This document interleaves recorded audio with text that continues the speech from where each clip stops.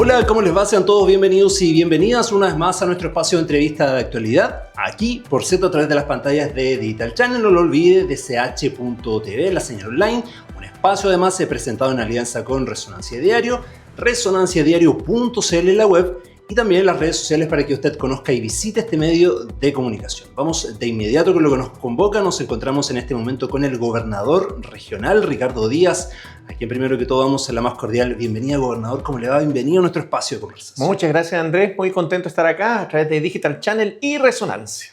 Gobernador, vamos de inmediato a la contingencia. Ha estado muy presente hoy más que nunca el tema del corredor bioceánico, los avances y los potenciales beneficios y beneficios concretos, digamos, para el bolsillo de la ciudadanía sobre todo. Cuéntenos respecto de aquello primero, de los potenciales beneficios que se podrían reflejar, digamos, a poco de implementar este corredor. Bueno, el corredor bioceánico en un principio fue concebido como un corredor de carga. Poder traer los productos alimenticios de Brasil, de Paraguay y Argentina y poder exportarlos por nuestra región y por Iquique. Lo que nosotros hemos estado trabajando es que esto se convierta en un corredor de desarrollo, que no solamente pase la carga, así como ha pasado la riqueza por nuestra región, sí, claro, sino que se quede acá. Y lo que nosotros hemos impulsado es que se instale industria alimenticia acá en la región. Eso ha sido el foco que nosotros hemos ido impulsando. Y es por eso que este año tengo la presidencia de los foros subnacionales, porque lo que queremos nosotros es generar vinculación entre nuestros emprendedores, entre las personas que hacen negocios en nuestra región, con aquellos productores de alimentos que son de Brasil, de Paraguay, y que puedan no solamente traer carga, sino que distribuirla acá y ojalá instalar industria alimenticia. Eso es lo que se está visualizando y tenemos hartas posibilidades. Tenemos una zona logística que estamos creando con el puerto de Antofagasta, en La Negra. Sí. Hay una zona logística que también se va a instalar en Mejillones. Hay una zona franca en Barriles, cerca de Tocopilla. Queremos impulsar un puerto en Tocopilla. Entonces, tenemos muchas ideas respecto de cómo podemos potenciar este comercio, que podría ser también una muy buena noticia para Sierra Gorda y Calama, que también podrían generar estos polos de comercio y de atracción de inversiones tanto brasileñas como paraguayas. Gobernador, ¿esto se podría traducir en el futuro, por ejemplo, en la adquisición de productos, por ejemplo, a menor costo? Hablando ya directamente del bolsillo de las personas, ¿no? Bueno, ya hemos conversado con algunos empresarios de la región que nosotros hemos impulsado, hemos generado esta alianza, permitido que ellos vayan a ruedas de negocio a los otros países y ellos ya nos estaban comentando que a partir del próximo mes ya podrían llegar los primeros productos que ellos esperan distribuir y comercializar. Y ellos han sido lo que nos han planteado, que hay interés de inversionistas brasileños de poder instalar esta industria. Podríamos vender detergente, pero en el fondo entiendo que la misma empresa ha dicho, bueno, ¿y por qué no fabricamos el detergente acá, traemos los insumos y se envasa acá, se logra darle valor como producto chileno y después sale al extranjero como productos chilenos? Entonces hay muchas posibilidades de desarrollo y efectivamente van a haber algunos productos que vamos a empezar a ver pronto nosotros en esta región que van a tener un costo menor.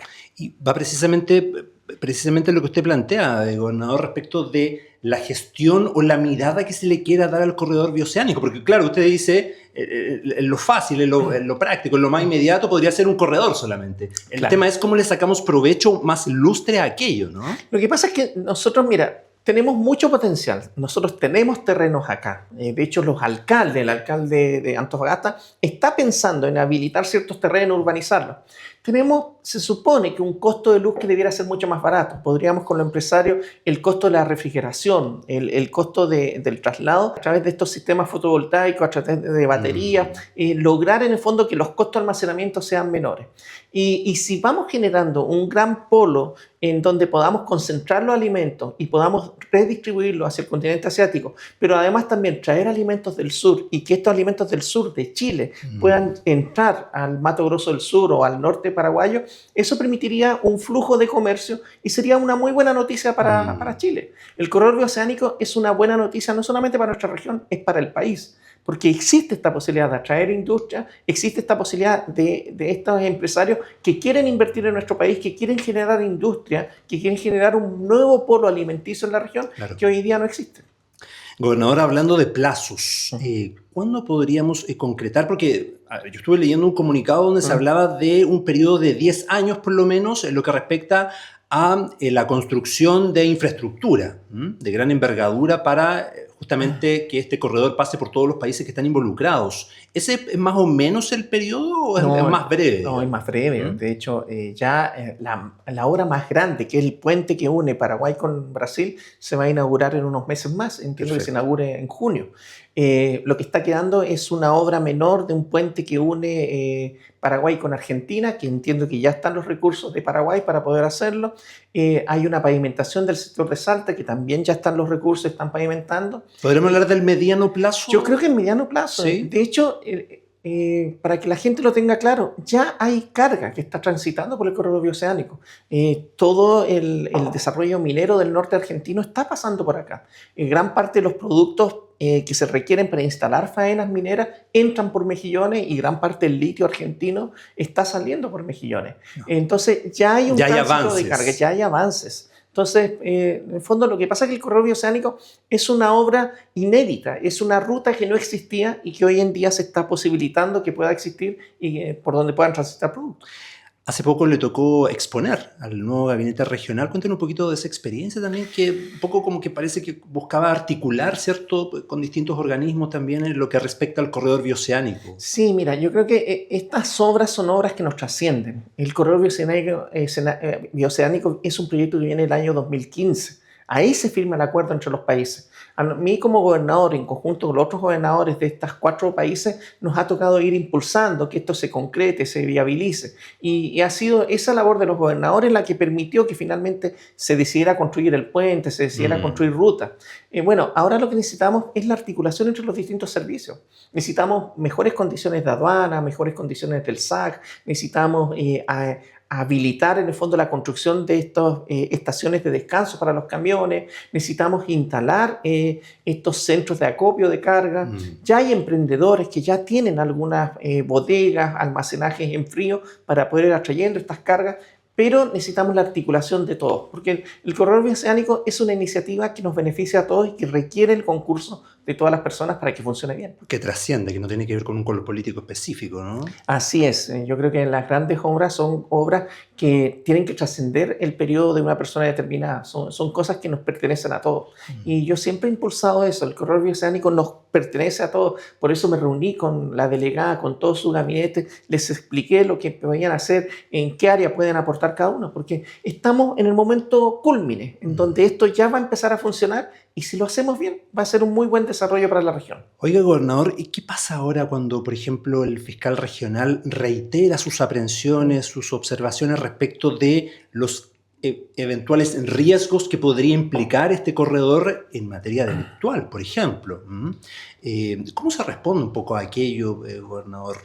Mira, nosotros ya tenemos una situación de riesgo. Fíjate la cantidad de droga que se incauta acá. Y sin tener un corredor bioceánico. Y sin corredor bioceánico. En realidad lo que el fiscal está planteando está ocurriendo ya. Entonces, por eso es que el gobierno regional ha invertido tanto en seguridad. Nosotros hemos puesto más de 50.000 millones de pesos.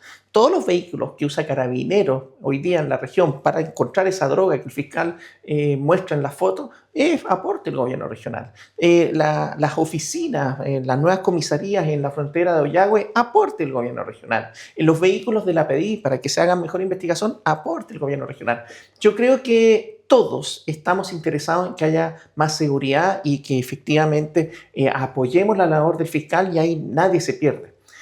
Sin embargo, es cierto lo que dice el fiscal. O sea, esta es una ruta nueva, se está creando una situación distinta en donde si no se refuerza la seguridad, si no se refuerza la labor de la aduana con sistemas de rayos X o sistemas controladores de camiones, efectivamente podría pasar lo que dice el fiscal. Y yo entiendo ese miedo. Yo entiendo que haya un miedo por lo que pueda pasar. Pero frente al miedo nosotros tenemos 2 opciones. O nos paralizamos con el miedo y nos quedamos ahí diciendo, oh, va a pasar esto. O como las personas valientes, nos hacemos cargo y lo enfrentamos. Y yo invito aquí a la Fiscalía a un acto de valentía. Necesitamos el apoyo de él, necesitamos las orientaciones de ellos, porque efectivamente los gobiernos a nivel nacional tienen una comisión de seguridad respecto al corredor bioceánico y lo están planteando y lo están definiendo. De hecho, se está buscando un acuerdo entre todas las policías para, por ejemplo, el traspaso de información más adecuado.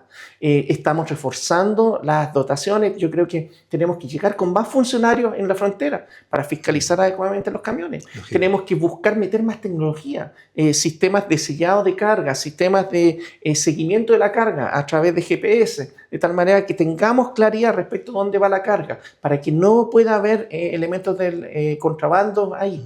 O sea, yo invito a actuar con valentía y con sentido de precaución respecto a lo que podemos hacer en el corredor bioceánico. No sirve de nada alentar el miedo. Al miedo se le enfrenta. Y por lo menos esa ha sido la postura del gobierno regional. Hemos hecho todo para que haya más seguridad en esta región. Bueno, avanzamos en el tiempo, avanzamos en otras materias. Ha estado muy en la agenda pública también el tema de la convivencia escolar, la seguridad al interior de los establecimientos a propósito de este trágico y lamentable hecho ocurrido en un instituto en Calama, ¿cierto?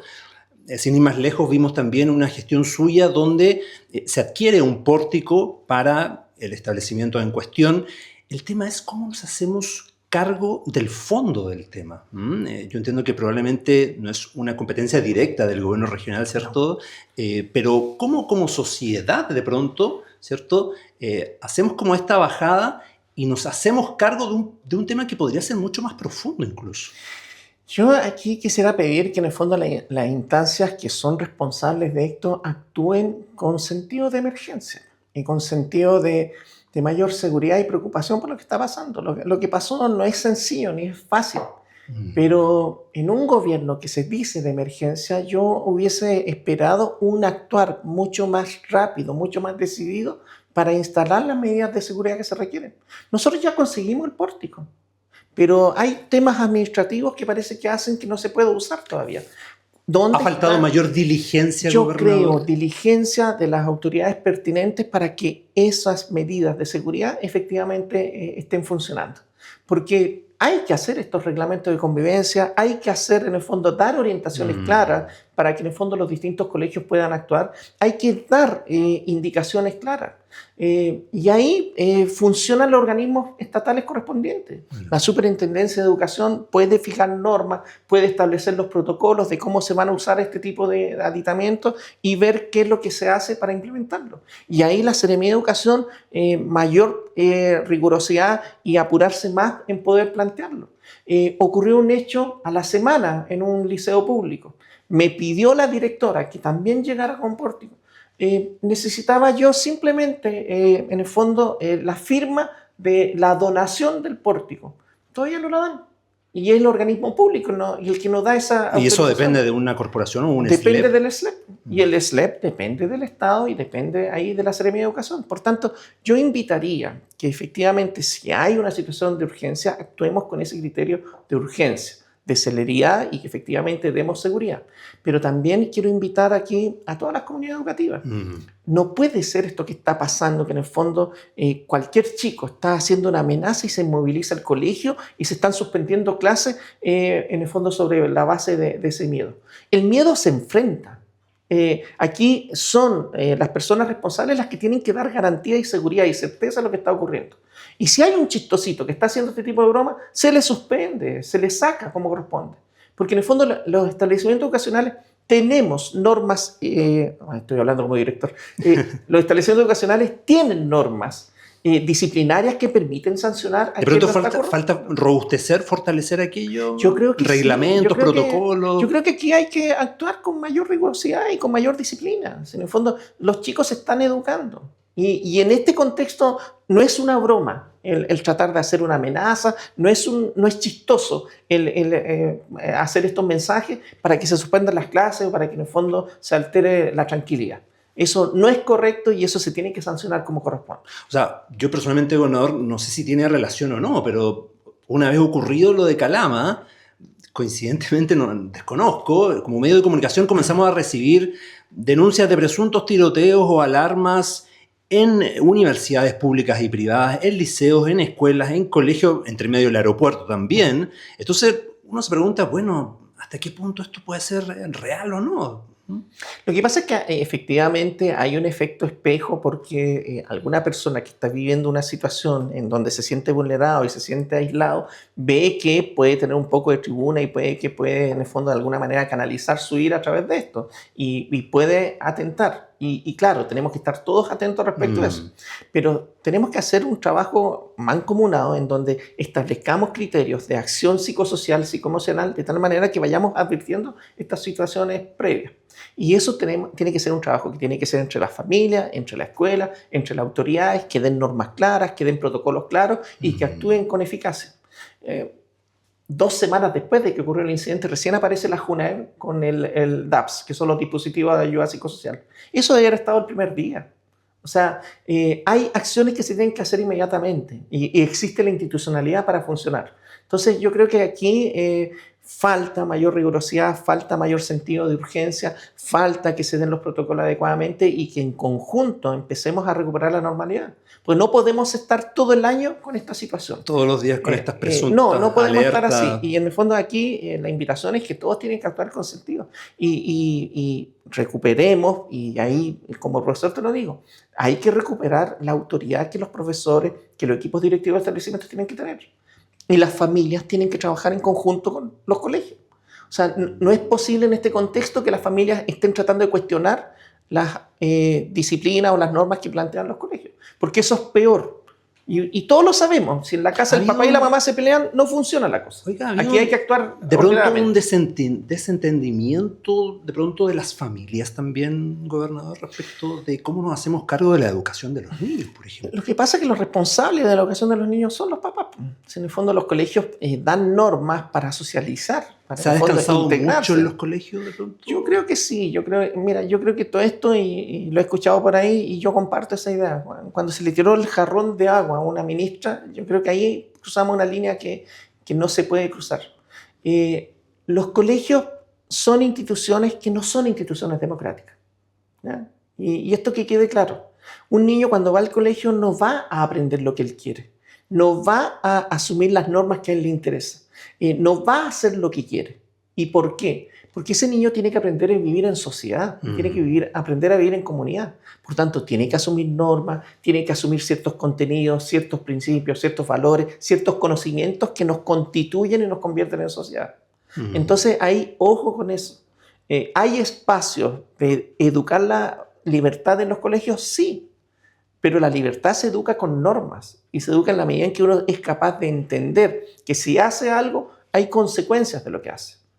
Cuando un niño simplemente hace lo que quiere, ese niño no está educado en la libertad, porque ese niño no tiene control de sus impulsos y se está dejando llevar simplemente por su emotividad. Entonces, hay que entender eso. O sea, en el fondo, las escuelas son espacios para normalizar, para involucrar a una persona en una sociedad y para que esa persona actúe conforme a esos criterios y esa forma de acción. Y las escuelas tienen distintos proyectos educativos y de acuerdo al proyecto educativo las familias verán si les parece o no les parece esa educación para sus hijos. Ese es el espacio. Pero no puede una familia pretender cambiar la institucionalidad de una escuela porque no le gusta cómo se hace, porque así no funciona. En el fondo hay que ponerle normas, hay que ponerle criterios. Y ahí lo mejor es que la familia y los profesores actúen mancomunadamente, porque le dan la misma orientación al niño. Oiga, gobernador, hemos hablado y hemos deslizado bastante el tema, por ejemplo, del rol de la institucionalidad, de las autoridades, de poder articular con otros organismos, de la diligencia también que deben cumplir ciertas autoridades.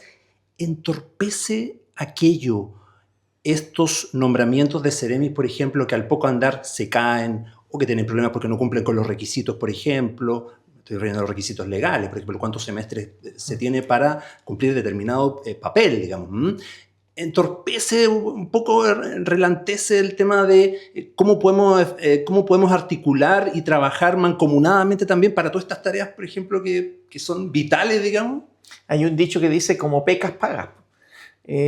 Tuvimos que una postura en el gobierno anterior de una oposición que era muy rigurosa, muy exigente respecto de los estándares, respecto a la capacidad. Incluso una persona que dijo por ahí que el primer acto de corrupción es aceptar un cargo si es que no se tenían las competencias. Y hemos visto que se están cometiendo los mismos errores. Estos errores uno los puede entender, porque entrar en el aparato público no es fácil ni es sencillo. Y las exigencias que se tiene para tomar un cargo son altas, porque tiene una responsabilidad alta. Entonces, obviamente, iban a haber algunas dificultades. Si el problema no es ese, uno puede entender que se equivoquen. El problema es que generaron expectativas y generaron un discurso de emergencia que requería mayor priorización y requería mayor capacidad de no cometer este tipo de errores. Y lamentablemente no lo han tenido. ¿Estamos en emergencia, gobernador, o no? ¿O se ha creado un ambiente para la emergencia? Yo creo que se ha creado una emergencia. O sea, cuando en las encuestas las familias sienten que su situación socioeconómica hoy día es peor a lo que tenían antes, eso es una situación de emergencia. Porque esa es una situación en donde las familias se están viendo acogotadas en su aspecto más básico y más íntimo. Y es un ambiente que se generó. Digamos. Yo creo que se ha ido generando ese ambiente sobre la base de tomar decisiones por personas que parece que, desde mi perspectiva, no tienen el vínculo con la realidad social. O sea, eso de decir que el tema de la benzina afectaba solamente a los que tenían auto es una torpeza. Es no entender cómo funciona el transporte, no entender que esto afecta los alimentos, que afecta la vestimenta y que afecta el costo de la vida en general. ¿Hay una desconexión de la realidad? Yo creo que sí. Yo creo que en el fondo hemos visto en algunas autoridades esa incapacidad de entender el Chile real. Y eso puede que nos pase una cuenta. Hemos visto un gobierno que le ha costado mucho iniciar. La baja en la aprobación en menos de un mes ha sido estrepitosa. Pero aquí yo quiero que se entienda, esto no es buena noticia para nadie. Nadie puede alegrarse por cómo le está yendo al gobierno, porque en el fondo le va mal al país. Y si se toman decisiones erradas, eso nos va a afectar a todos. Entonces yo creo que aquí hay que enmendar el rumbo. Tienen que hacer los cambios que sean necesarios hacer. Pero pronto, eso, ¿no? Yo creo que sí. Yo creo que hay un sentido de urgencia que en el fondo ellos instalaron, que ellos crearon y que tienen que hacerse cargo. Porque en el fondo el país no va a resistir este nivel de incertidumbre por mucho tiempo. Y yo ahí espero que tiene que haber un llamado del presidente a ordenar las filas. ¿Habrá sido un error político, comunicacional? No sé cómo lo ve usted, gobernador, este paquete que se anunció entrando, digamos, que él alza el precio de los combustibles, que se retira el MEPCO, que vamos cobrando a los deudores del CAE, que se le pone restricciones, por ejemplo, a la gratuidad para los mayores de 30 años, aunque después se intentó explicar, digamos, existía un poco de... ¿Cómo lo ha visto usted desde el punto de vista a lo mejor más político, comunicacional? Lo que pasa es que en un tiempo acotado, digamos. Sí, lo que pasa es que yo creo que intentaron plantear un relato de una situación de crisis y que a través de estas medidas se iba a resolver esa crisis. Y la verdad es que lo que la gente de a pie ha entendido con claridad es que nos subieron el costo de la vida a nosotros y le están rebajando los impuestos a los más ricos. Y la verdad es que eso es inexplicable y eso es inentendible.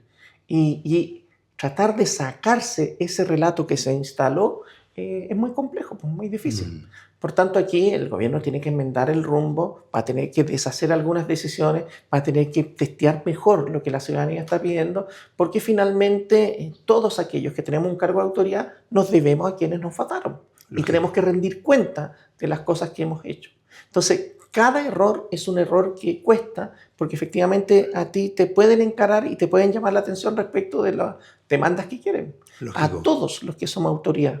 En algún momento hay un ciudadano de a pie que nos va a llamar la atención porque hay situaciones que uno ha decidido y que en el fondo le molestan y uno será capaz de dar cuenta frente a ese ciudadano de si lo está haciendo bien o no y será capaz de calmar a ese ciudadano para darle gobernabilidad al país. Sí, claro. Porque el tema de gobernabilidad depende de aquellos que tenemos un cargo de autoridad.